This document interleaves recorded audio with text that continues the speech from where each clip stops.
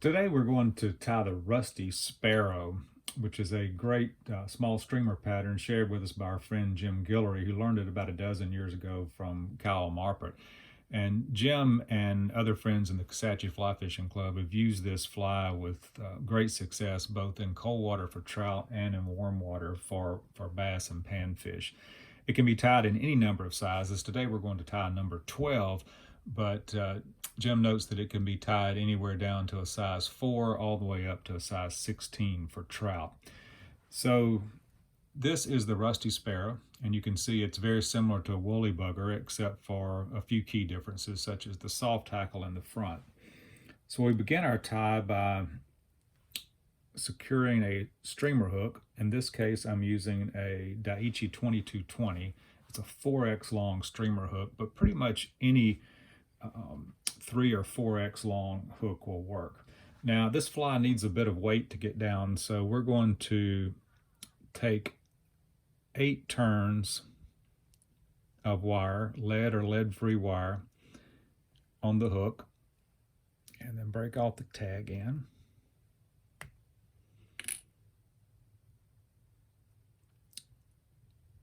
And we need to leave plenty of room behind the eye of the hook for the soft hackle. So we want to stop our wire about 2 eye lengths back from the eye of the hook. So today I'm using black 140 ultra thread, 140 denier ultra thread. And we start our thread in the middle of the lead, trim off the tag end.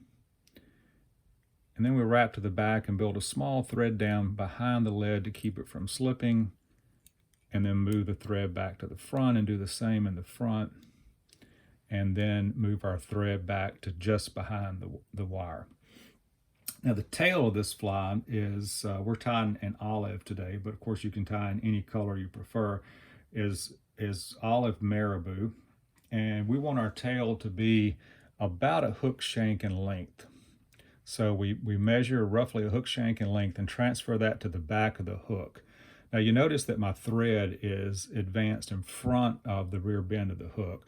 That's so I can tie back on my marabou and not wrap this messy front around the hook. I hold up on my marabou tail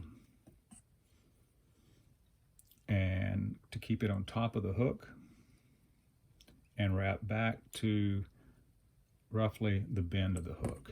And then I can trim off all this excess marabou feather in the front. Clean this up a little bit.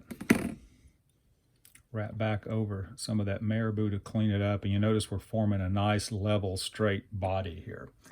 Now this fly has a rib on it because the body is dubbing and it needs a rib for durability. So we're using brassie size copper colored ultra wire today, and we tie it in just behind the lead and wrap to the back to secure the copper wire. Clip it in my material clip. And now the body of this fly uses dubbing. There are 2 colors of dubbing, olive in the rear and rust colored in the front. That's the name Rusty Sparrow. And today I'm using Hare's Ear Plus dubbing in olive and rusty orange. You can use pretty much any dubbing you like. Our friend Jim uses squirrel dubbing for this, but we're going to use Hare's Ear today. And so we make a dubbing noodle fairly long because we're going to dub halfway up the body of this fly with olive dubbing. So we want at least 2 to 2.5 inches of dubbing. And it doesn't have to be a really narrow dubbing rope because we want a fairly bushy body on this fly. And so we wrap this about halfway up. And we need a little bit more. It's always easier to add more dubbing than it is to take dubbing off the thread. So all right, so that's roughly halfway up, and it's time to switch to our rust-colored hare's ear. And again, we want about a 2-inch noodle of this.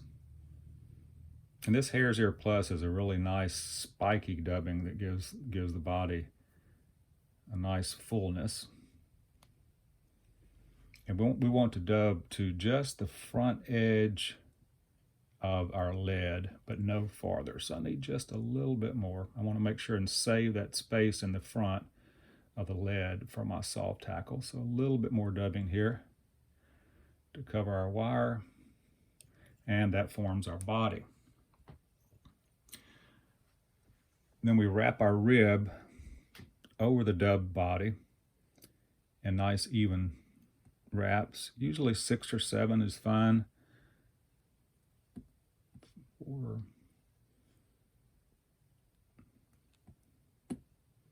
And this is 7 wraps, and then we tie our wire off with our thread, a couple of wraps of thread, and then we hold down on our thread to create tension to steady the hook, to stabilize the hook, and then we can helicopter our wire off and break our wire off. Now our hackle for this fly is pretty much any slopping or strung saddle hackle, and today I'm going to just use this brown colored saddle hackle, and I strip all the fuzzies away from the bottom to get to the brown feather fibers. If we want to choose a hackle, fairly long hackle, we want to choose one where the long feather fibers are roughly the length of the hook shank, as you can see this one is here.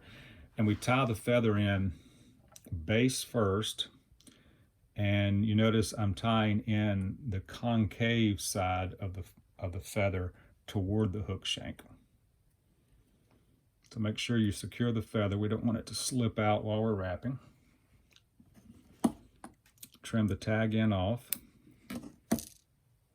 And you don't have to use hackle pliers, but I like to use hackle pliers so I won't drop the feather. And then we make 4 or 5 wraps. We want a fairly significant soft hackle in the front.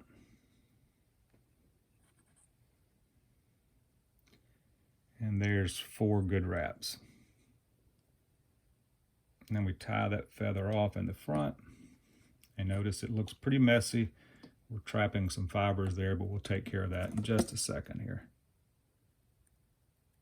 Then trim off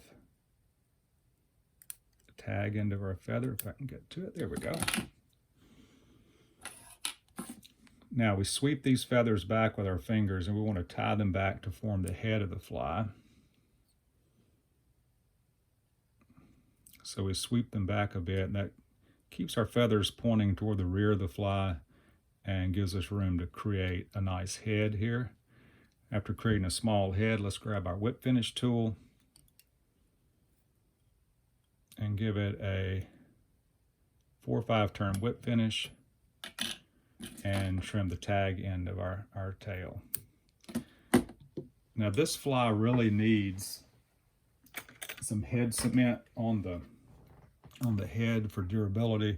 So here I'm using a little bit of Sally Hansen's Hard as Nails just to drop on the front.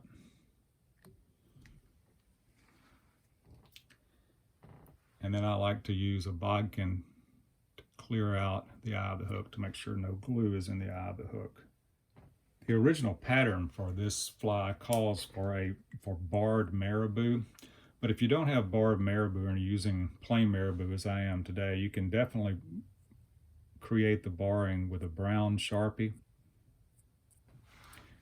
by giving it just 2 or 3 bars on each side, and now you have created the barred tail. So there we have it, the rusty sparrow.